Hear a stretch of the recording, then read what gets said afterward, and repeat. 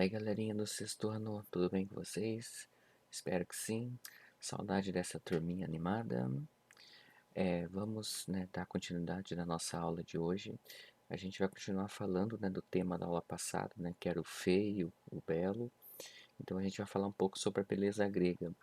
Essa beleza grega, é conhecida, por ela seguir alguns padrões, que a gente vai ver adiante, proporções, coisas que eles acreditavam que significava a beleza, da pessoa, então a perfeição, então tudo isso que eles usavam, para fazer, as esculturas, e outros trabalhos, E uma coisa aqui para a gente começar, por exemplo, a gente vai ver uma escultura, ou uma obra em algum lugar, tem sempre a ficha técnica, Essa ficha técnica vai mostrar o nome de quem fez a obra, o ano que foi feito, a quem ela pertence, se é uma obra particular, se é uma obra que se encontra no o museu mesmo é proprietário, que muitas vezes, às vezes a obra é de algum colecionador, mas o museu acaba utilizando, a pessoa empresta para o museu para exibição, então tem bastante isso. Então a ficha técnica ajuda a gente a identificar,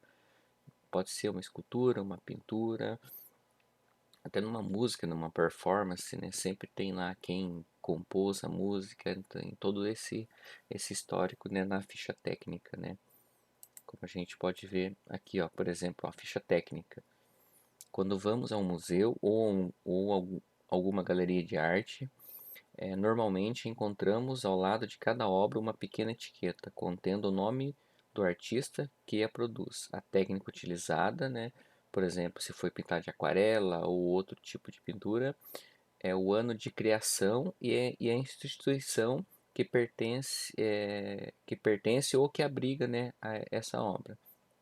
No caso de apresentações artísticas, a ficha técnica normalmente aparece no programa, um folheto com o nome dos participantes, suas funções e um resumo do projeto. Então, isso é quando é uma apresentação, que você vai lá ao vivo num teatro, por exemplo, para ver um show, para ver uma orquestra. Então, daí é no programa que está essa, ficha técnica, de quem participa nisso tudo, Então, daí a estátua que a gente viu aí no começo, da abertura aí do slide. Então aí, ó, tá o nome, de quem criou, quem fez a escultura. Tá aí também, a altura dela aí, ó, 2,12 m, o ano, mais ou menos como ela foi, quando ela foi feita. Aqui, ó, Museu Arqueológico Nacional de Nápoles, ó, cópia romana do original grego, produzido durante o período helenístico. Então, ó, daí na ficha técnica a gente consegue, identificar tudo isso, quem fez, a altura, a idade e tudo isso, Ajuda a gente a identificar, né, como foi feito. Ó, a escultura que acabamos de ver, chamada de Doríforo, é uma cópia romana da obra produzida por Policleto, na Grécia Antiga.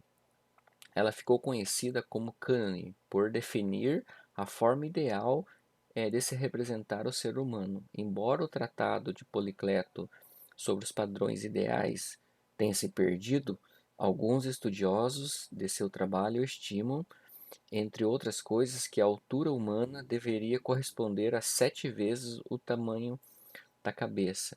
Então, uma coisa dessa proporção grega aí acabou, se perdendo aí com o tempo, mas tinha essa ideia que o corpo humano ali, para ele ser perfeito, na sua proporção, ele tem que ser tipo o tamanho da nossa cabeça, e o nosso corpo tinha que ser 7 vezes isso.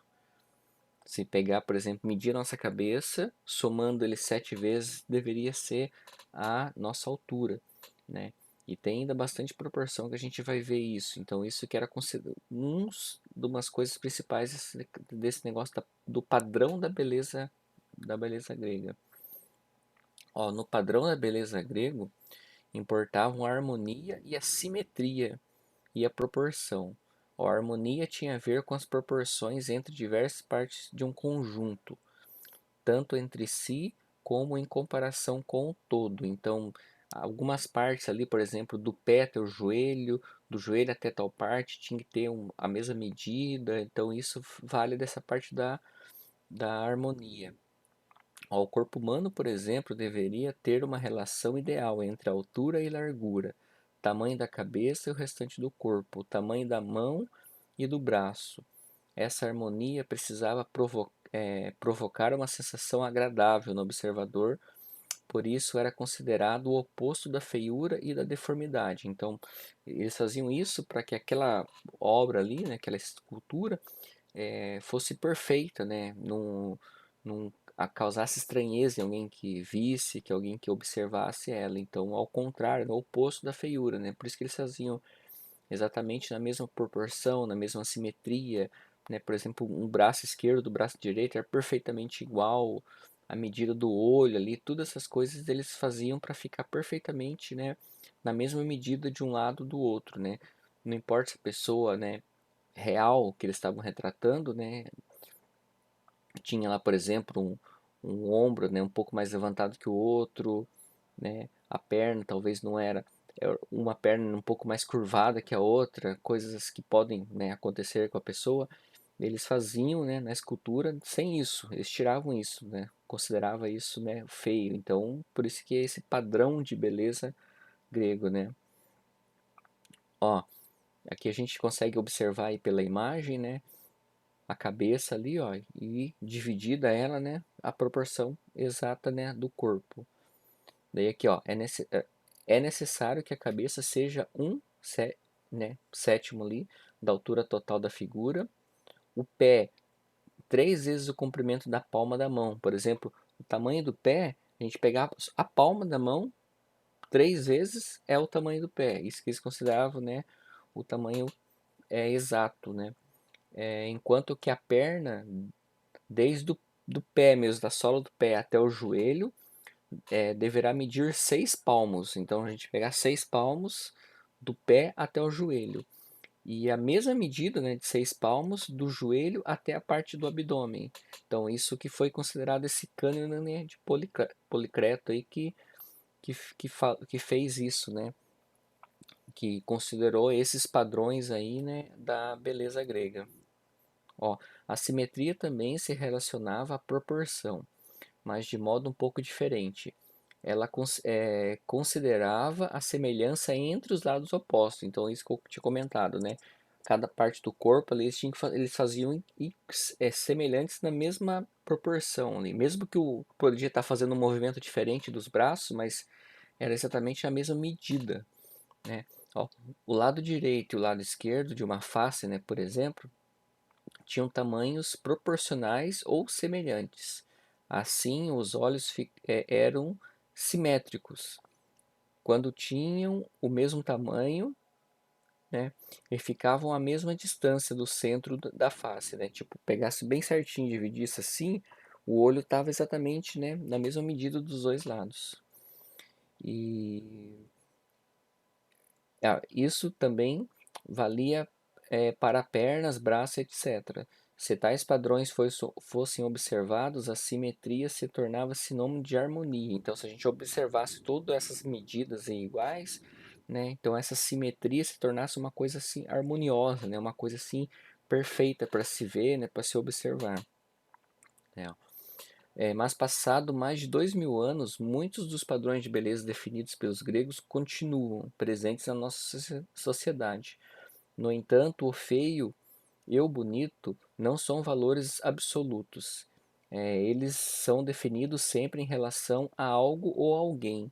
Muitas pessoas se sentem inadequadas quando se comparam aos modelos televisivos ou dos comerciais, mas é preciso ter consciência de que esses modelos são convenções, imposições sociais. A ideia da beleza é construída coletivamente há vários e varia ao longo do tempo, de acordo com as culturas. Portanto, pode e deve ter constantemente contestada, desconstruída. Então, ó, essa coisa do padrão aí que já, né, muito antigamente, né, os gregos, outras pessoas, né, tinham aí, né, como padrão, né, de beleza.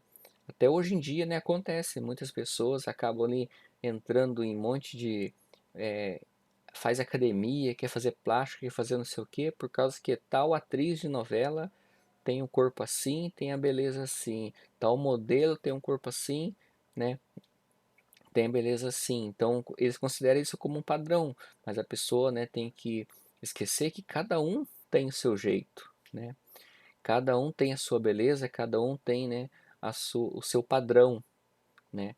É uma coisa assim que não pode fazer, não se considerar feio, se considerar isso, né? Se comparando com outra pessoa, não existe um padrão.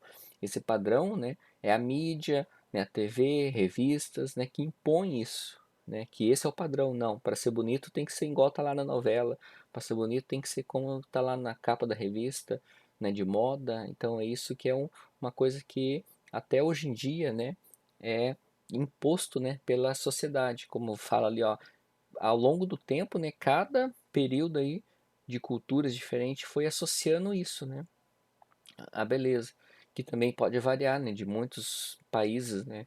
Por exemplo, no Brasil uma coisa é considerada mais bela, né, e na Europa outra, na Ásia outra, né. Então tem essa questão também de ambientes e locais onde é estudado. Ó, a foto ao lado é uma escultura pré-histórica denominada de Vênus de Willendorf. Nesse período da história humana, as figuras femininas costumavam ser retratadas em toda a sua exuberância, com seios e ventre fartos. É provável que fossem figuras idealizadas para representar a fertilidade e a perpetuação da espécie humana. Ó, na pré-história, essas estátuas, e como que elas eram? Ó, totalmente fora, né, de um padrão real, né, de um corpo, né, as partes ali, né, que significam da parte da fertilidade ali, né, de mulher mesmo, né, para ter um filho, né, uma coisa assim, é maior que o resto do corpo, né, as partes ali igual dos seios, a parte do quadril, para quê? Né, eles acreditavam que isso era para trazer, né, sorte para a mulher que queria engravidar ou para que já estava grávida, né, ter um bom parto. Então eles acreditavam isso, que isso era importante, né? Então isso já é uma coisa que depois de um tempo foi reconstruído, né? E que o padrão de beleza é aquele corpo magrinho, aquele corpo alto. Então é coisas que vão sendo impostos, né, pela sociedade ao passar dos anos, né? Então com isso, né, a gente conclui a nossa aula de hoje e na próxima semana a gente continua dando, né, continuidade a esse assunto. Beleza? Até mais, galerinha. Até a próxima aula.